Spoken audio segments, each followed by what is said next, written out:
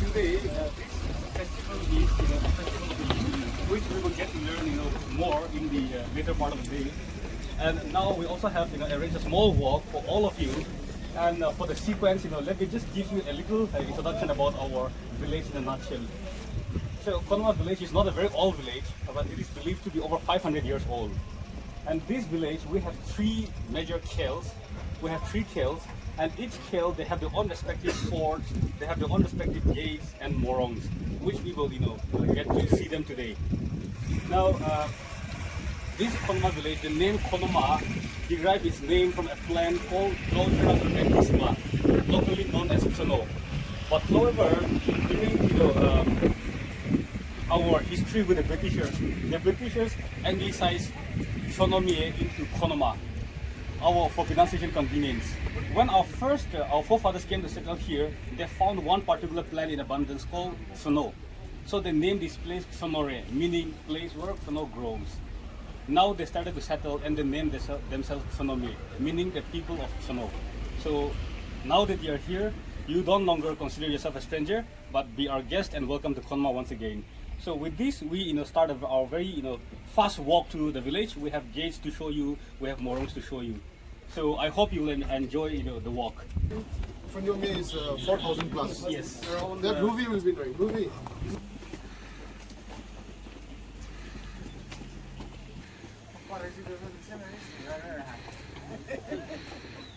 Bed to either is not like First place will be one of our stops. Okay. Here, Rovi, he'll be telling you something about this gate. About this gate. So this is what we call a ceremonial gate. In our own term, we also call it a karu. So the ceremonial gates, they played a very important role for Nagas during the olden days. So these were the first line of frontiers for the villagers. So this is the main entry point and the only exit point from the village. So the settlements were always built behind the village gate, not in front of the village gate. And then now we changes in times. We see that we have houses built in front of the village gate as well. But then during the olden days, all the houses, all the settlement areas were always built behind the village gate.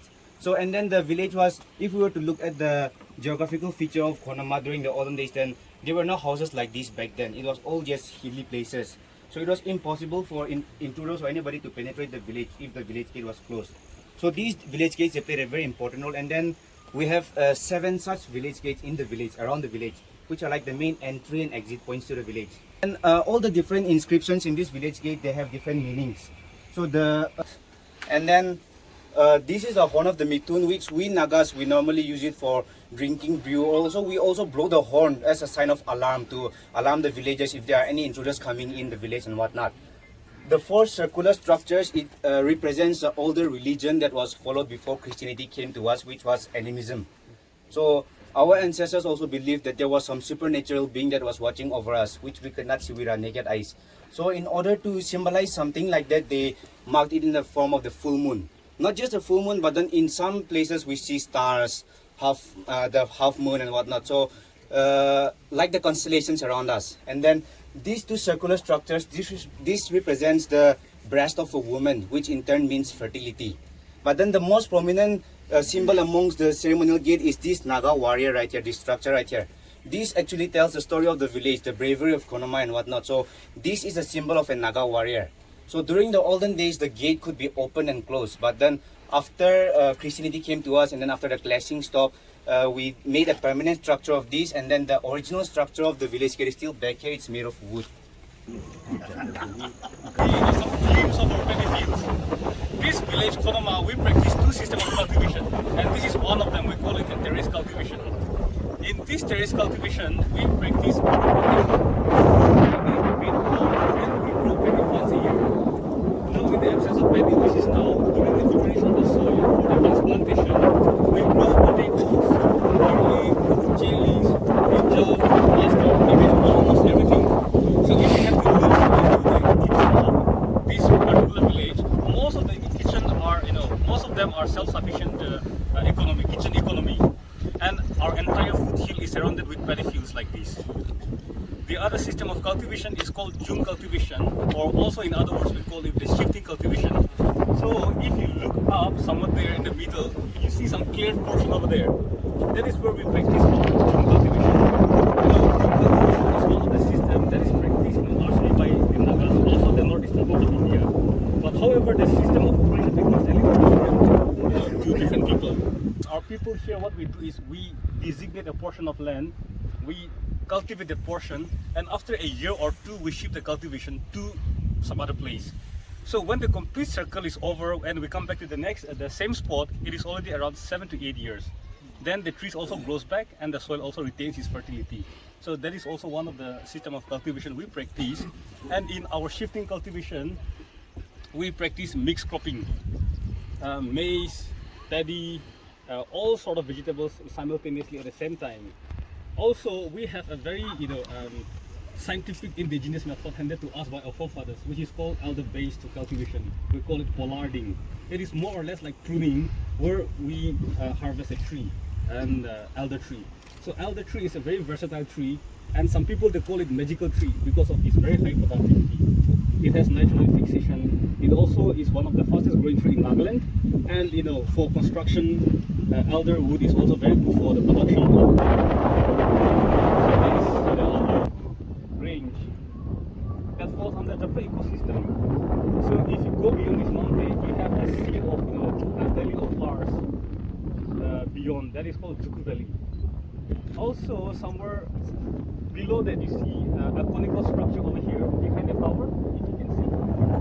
So that is also the memorial put up to actually commemorate the sacrifice of our fathers during our battle with the British.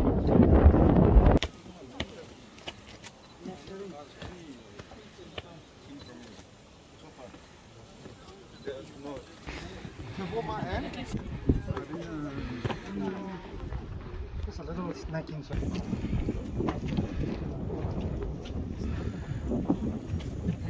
For younger people like us to know our culture and tradition and its uses.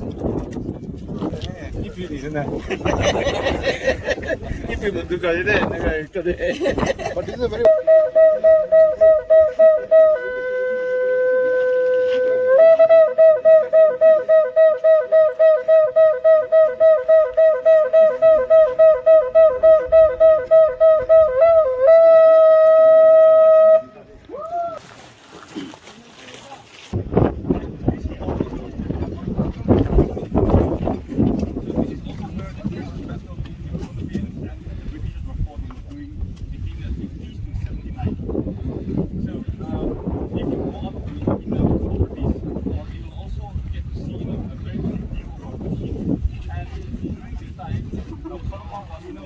a very shy, hidden village, because geographically speaking, everything was surrounded by mountains, and you can really count this Khonoma except for this opening.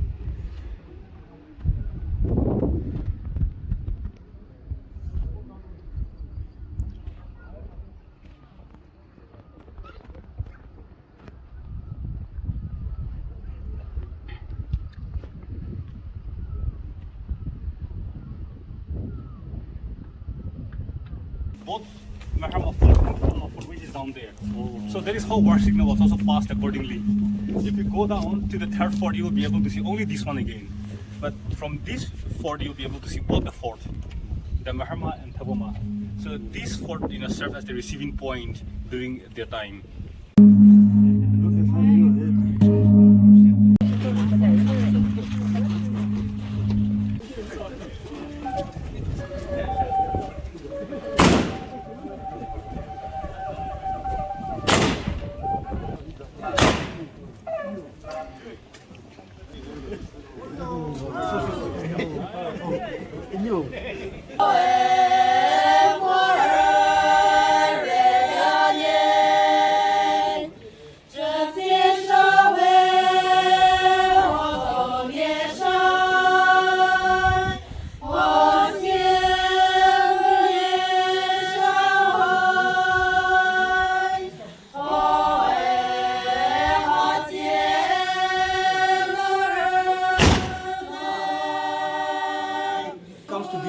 particular, there are three things which are very, very important to us. The first thing is agriculture. That being our main occupation, agriculture is very important. The second thing was hunting, because hunting was not only a sport to us, but it also served as livelihood to so many people. The third thing which was very important to us was romance, in the form of our festivals, in the form of our songs. So these three things we learn from this morong. So if you are not a part of this morong at any point of your life, you will not find yourself, competent in the society. So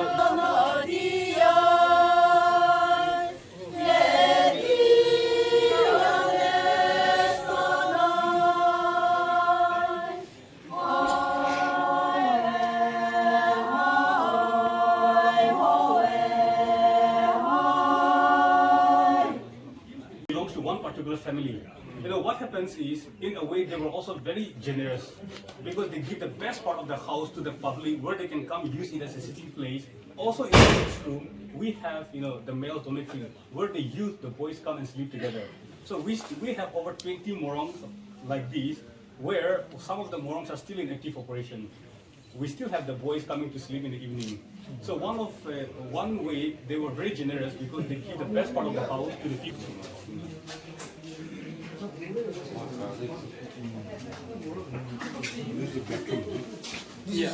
this is the bed. So this is where they sleep together. This serves as the pillow. Now, one very interesting thing is, when they come to bed, they also do the talking. But however, we say boys, men don't gossip. It is because of the fact that this pillow is made of a single piece of wood. So even if you're doing the talking part here, your voice vibrates through this wooden bar.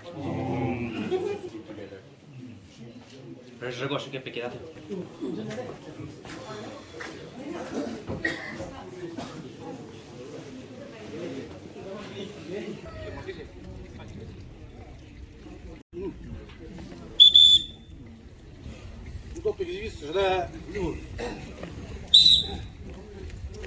아, 뭐.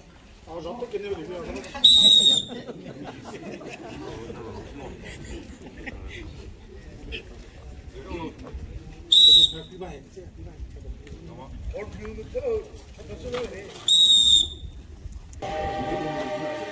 Kirby Sawang. I think you're guest. Anyone in particular? Come on.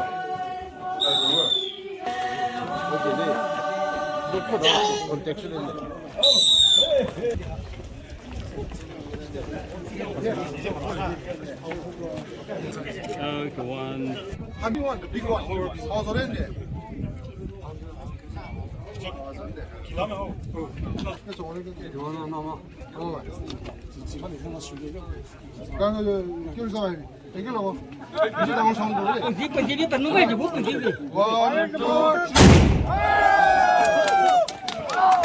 Turn beside.